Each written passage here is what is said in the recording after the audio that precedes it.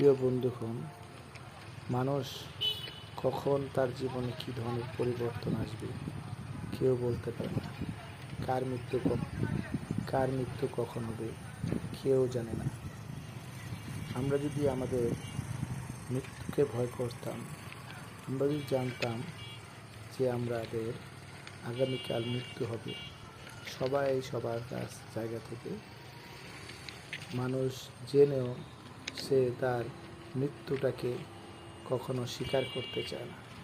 মৃত্যু যখন খুব কাছে চলে আসে তখন তার আর কিছুই করার থাকে না, কারণ মৃত্যু একটা মানুষের জীবনে অনিবার্য। মৃত্যু ব্যতীত কোনো প্রাণী পৃথিবীতে সত্য না। মৃত্যু হলো খুবই নিষ্ঠুর কিন্তু একটি সত্য ঘটনা। এই সত্য ঘটনাটাকেই আমরা অনেকেই অবজ্ঞা করে যাই। জীবনে চলার পথে অনেক রকম ভুলভ্রান্তি। মানুষ যদি জানতো তার মৃত্যু হবে, তাহলে সে কখনোই এই পাপ কাজগুলো থেকে বিরত থাকত।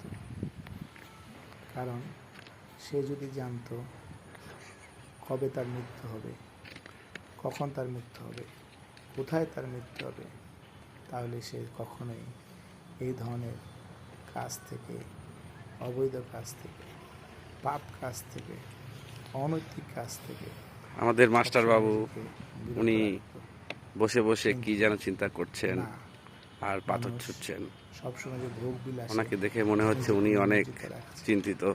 শুধু মানুষ আমি আস্তে আস্তে ওনার কাছে গেলাম, গিয়ে ওনাকে প্রশ্ন করলাম, বাবু আপনার কি হয়েছে? আপনার মন ভালো নেই নাকি? আপনি কেন একাকী হয়ে বসে আছেন? আপনি কি চিন্তা করছেন? এত বেশি চিন্তা করলে হবে না। তোমরা বেশি চিন্তা করলে শরীর খারাপ হবে।